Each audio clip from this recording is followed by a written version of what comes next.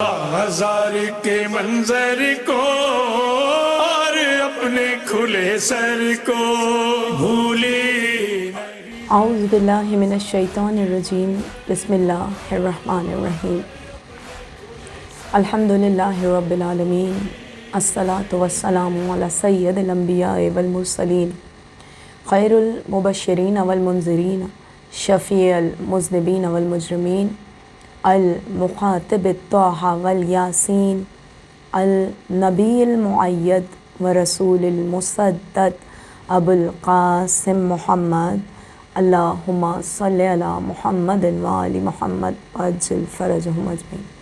وقال اللہ سبحانہ تعالی فی کتابہ المجید والفرقانہ الحمید بسم اللہ الرحمن الرحیم انما یرید اللہ لیذہب عنکم الرجس اہل البیت ویطہرکم تطہیرا۔ اللہم صلی علی محمد وآل محمد وعجل فرجہم اجمعین۔ لوائے حمد ہے، تسبیح و تقدیس ہے اس ذات لم یزل کے لیے جو خالق کائنات و مالک کائنات ہے، اور تمام درود و سلام، تمام تر درود لازم و واجب ہے ذوات محمد وآل محمد کے لیے۔ اللہم صلی علی محمد وآل محمد وعجل فرجہم اجمعین۔ وہ پروردگار عالم اپنے کلام بلاغت میں ارشاد فرما رہا ہے، قرآن مجید کی مشہور و معروف آیت جسے اکثر و بیشتر ہم آپ سنتے ہیں۔ پروردگار عالم اپنے حبیب سے ارشاد فرما رہا ہے، اے حبیب کہہ دیجئے بسم اللہ الرحمن الرحیم قل لا اسألکم علیہ اجرا الا المودۃ فی القربى، کہ اے لوگوں میں تم سے اجر رسالت کچھ نہیں مانگتا سوائے اس کے الا المودۃ فی القربى، کہ میرے اہل بیت سے مودت رکھو، میرے اہل بیت سے محبت رکھو۔ یقیناً یہ وہ ہستیاں ہیں کہ جن کی محبت کو دل میں رکھنے کے پروردگار عالم حکم دے رہا ہے کہ اگر دل میں محمد وآل محمد کی محبت نہ ہو تو ہر عمل فضول ہے، اور اگر دل میں ولایہ آل محمد موجود ہے تو بلا شبہ ہر عمل قبول ہے۔ یہی وجہ ہے کہ ہر ایک کائنات کا ذرہ ذرہ جو ان کی عظمت اور بزرگی سے واقف ہے، یقیناً ان کی عظمت اور فضائل کو دیکھتے ہوئے ان کی ولایت اور ان کی محبت و مودت کا اقرار کرتا ہے۔ یہ فقط انسان ہے جو سرکش ہے، انسان ہے جو ضدی ہے، جو ان کی ولا کو ماننے سے انکار کرتا ہے، ان کی مودت کو دل میں رکھنے سے یا ان کی محبت کا حق ادا کرنے پر سرکش نظر آتا ہے۔ لیکن باخدا یہ عظیم ڈیوٹی کہہ لیجئے، یہ عظیم ذمہ داری کہہ لیجئے، یہ ہر ایک کے نصیب میں نہیں، کیونکہ اللہ کے رسول خود ارشاد فرماتے ہیں کہ اے علی تم سے محبت وہ کرے گا جو بلا شبہ پاک و طیب خون اور شجرے سے تعلق رکھتا ہوگا۔ اس حدیث کو ہم اور کیا کھولیں، اس کی اور کیا وضاحت کریں، بس اتنا ہی کافی ہے کہ علی سے محبت وہی کرے گا جس کا خون طیب و طاہر ہے، جس کا شجرہ پاک ہے۔ یہی وجہ ہے کہ اللہ کے رسول نے کہا میں تم سے کوئی اجر رسالت نہیں چاہتا، صرف اتنا کہ میرے اہل بیت سے مودت رکھو۔ اور اگر ہم و آپ بظاہر اپنی زندگیوں کو دیکھیں، ہم بہت دم بھرتے ہیں، ہم بہت کہتے ہیں کہ ہم آل محمد کے چاہنے والے ہیں، لیکن باخدا ہمارے عمل ایسے ہیں کہ ہم یہ دعویٰ کرتے ہوئے یقیناً اس پر پورے نہیں اترتے، کیونکہ ان سے محبت کرنا، ان کی مودت کا حق ادا کرنا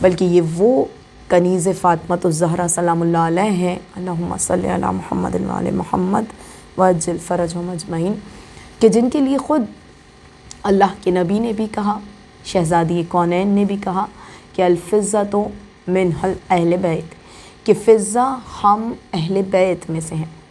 بالکل اسی طرح سے جناب سلمان فارسی جو کہ علی ابن ابی طالب کے غلام ہیں، جن کے لیے اللہ کے رسول نے کہا، مولا کائنات نے کہا کہ سلمانو من اہل البیت، سلمان ہم اہل بیت میں سے۔ یہ دو ایسی ہستیاں ہیں بلا شبہ جنہوں نے مودت کا حق ادا کر دیا، جنہوں نے دنیا کو بتایا کہ اس در پہ گداگری کرنے کا سلیقہ کیا ہے، اس در کی غلامی و کنیزی کرنے کا ڈھنگ کیا ہے۔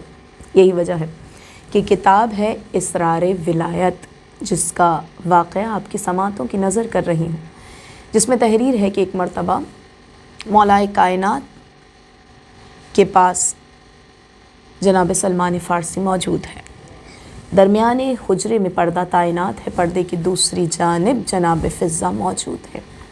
ایک مرتبہ سلمان فارسی نے پوچھا کہ مولا میں کون ہوں؟ علی نے مسکرا کر سلمان کا چہرہ دیکھا، کہا کہ سلمان ہماری محبت میں اتنا ڈوب گئے کہ خود کو بھول گئے، اور خود کو بھول کر مجھ سے یہ سوال کر بیٹھے کہ میں کون ہوں۔ کہا کہ مولا مجھے بتلائیے، ہاتھوں کو جوڑا ہوا ہے، سر کو جھکایا ہوا ہے، یا علی مجھے بتلائیے میں کون ہوں۔ علی مسکرا کر کہتے ہیں کہ اے سلمان، اگر تیرے قوت ایمانی پر ہمارے کرم کی نگاہیں نہ ہوں تو ایسے کئی عالم بنا ڈالے، تو وہ سلمان ہے۔ بس جو ہی ان جملوں کو جناب فضہ نے پردے کی دوسری جانب سے سنا، بے ساختہ پکار کے کہا مولا تو پھر بتلائیے کہ میں کون ہوں۔ علی نے ویسے ہی محبت و شفقت سے جواب دیا کہ اے فضہ، تم جس کے ساتھ دن بھر رہتی ہو، جس کے چہرے کی زیارت تم دن و رات کرتی ہو، اے فضہ اگر تم چاہو تو اپنی نالین کے نیچے کی مٹی سے ایسے کئی ہزار سلمان بنا دو۔ یہ معیار ہے جناب فضہ کا، یہ مرتبہ ہے جناب سلمان کا، کہ جو خود گھرانہ محمد و آل محمد نے انہیں عطا فرمایا۔ یعنی یہ وہ شہزادی ہیں بلا شبہ جو اس انداز میں کنیزی فاطمۃ الزہرا علیہ السلام کر رہی ہیں، اللہم صلی علی محمد وعلی محمد وعجل فرجہم اجمعین، کہ بے شک جو کچھ آسمان پر ہوا کرتا تھا وہ بی بی اپنے گھر میں بیٹھ کر دیکھا کرتی تھی۔ تاریخ کہتی ہے کہ ایک مرتبہ بہت ہی مشہور واقعہ ہے، کئی مرتبہ آپ نے سنا ہوگا، چونکہ ربط فضائل بی بی فضہ ہے اس لیے بیان کرتی چلوں۔ بس ایک مرتبہ جناب ابو ذر غفاری پہنچے دہلیز سیدہ پر، دق الباب کیا، جناب فضہ نے دروازہ کھولا، کہا ابو ذر بھائی بتاؤ کیا کام ہے؟ کہا کہ فضہ میرے مولا علی کہاں ہیں؟ کہا میرے مولا تو آسمان پر گئے ہوئے ہیں۔ ابو ذر واپس پلٹے، ابھی سامنے سے چند قدم چل کر گئے ہیں، کیا دیکھتے ہیں کہ مولا کائنات سامنے سے تشریف لائے۔ ابو ذر آگے بڑھے، کہا کہ یا علی عجیب بات ہے، سرزمین پر اس وقت آپ کے گھر سے سچا کوئی گھر نہیں ہے، لیکن آج آپ کی ہی کنیز نے مجھ سے غلط بیانی کر دی، اور دیکھیے نا آپ تو سامنے سے چلتے آ رہے ہیں، فضہ نے کہہ دیا کہ میرے مولا علی آسمان پر گئے ہیں۔ یا علی، فضہ نے ایسے کیوں کہہ دیا؟ ابو ذر کا ہاتھ تھاما، شفقت سے کاندھے پہ ہاتھ رکھا۔ علی کہتے ہیں کہ ابو ذر گھبراؤ نہیں، یہ بتاؤ کہ اس وقت تم مجھے اپنے سامنے دیکھتے ہو؟ کہا مولا بے شک دیکھتا ہوں۔ علی نے 2 انگلیوں کو بلند کیا، کہا ابو ذر اب دیکھو میں کہاں ہوں؟ سر جھکا کر کہا مولا چرخ اول پر۔ کہا ابو ذر پھر دیکھو میں کہاں ہوں؟ کہا مولا چرخ دویم پر۔ پھر کہا ابو ذر اب دیکھو میں کہاں ہوں؟ کہا مولا چرخ سویم پر۔ تاریخ کہتی ہے کہ مولا نے مسکرا کر کہا ابو ذر پریشان نہ ہو، جو تو میری 2 انگلیوں کے درمیان سے دیکھ رہا ہے نا، وہ میری فضہ گھر بیٹھ کے دیکھ لیتی ہے۔ یہ مقام ہے جناب فضہ کا جو فاطمۃ الزہرا کی کنیز ہیں، اللہم صلی علی محمد وعلی محمد وعجل فرجہم اجمعین۔ اور چونکہ یہی وہ کنیز ہیں کہ جنہیں رسول خدا نے اپنی بیٹی کہا، جنہیں جناب حسنین نے اپنی مادر گرامی کہا، اماں فضہ کہا، ہمیشہ اماں فضہ کہہ کر پکارتے، جنہیں علی مرتضیٰ نے اور شہزادی کونین نے اپنی بہن کہا۔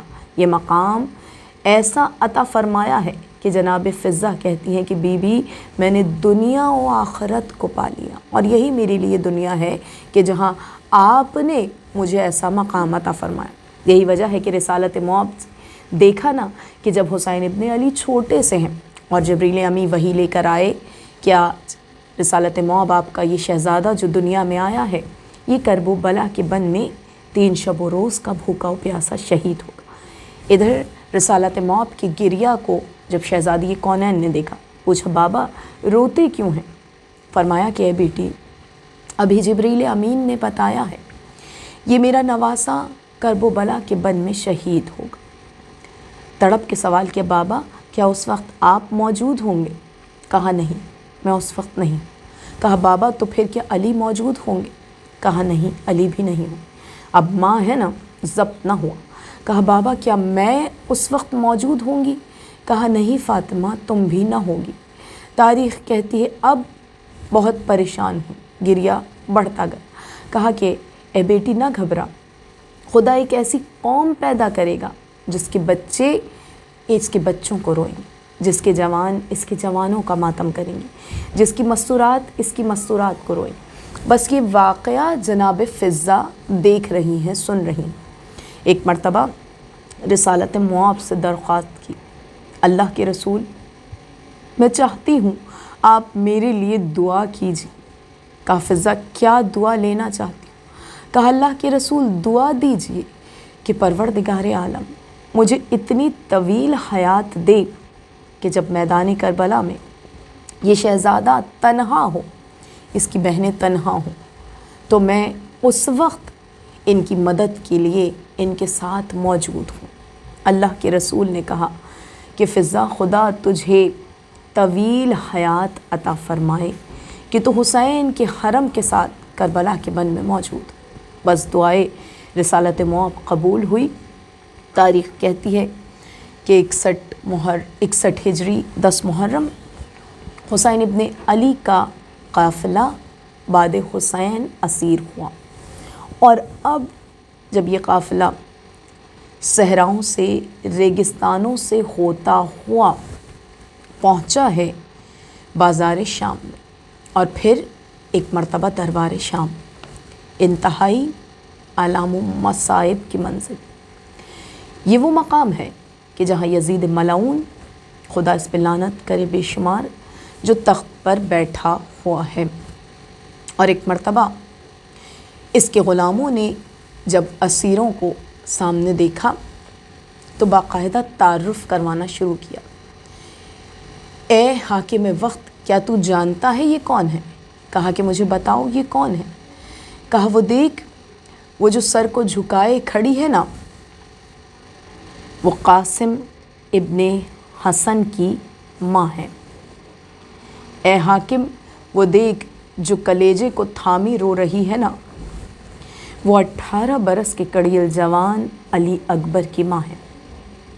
اے حاکم وہ جو اپنے دامن میں لگے ہوئے لہو کو دیکھتی ہے نا، وہ 6 ماہ کے 6 ماہ علی اصغر کی ماں ہے۔ غلام تعارف کرواتے جا رہے ہیں، یہ ملعون یزید سنتا جا رہا ہے۔ ایک مرتبہ پکار کر کہا، یہ جو بیویوں کے درمیان دراز قامت مستور ہے نا، یہ علی کی بڑی بیٹی زینب بنت علی ہے۔ اللہ اکبر۔ عابد مستر کی آنکھوں سے آنسو جاری ہوئے، خاموش ہیں کہ مشیت الہی ہے۔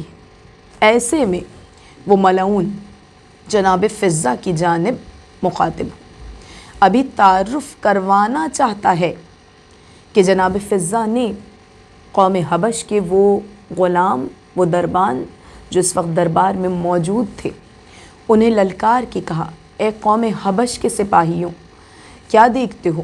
کیا تم نہیں جانتے میں تمہاری قوم کی ملکہ ہوں، میں فضہ ہوں جو مدینے آ گئی تھی۔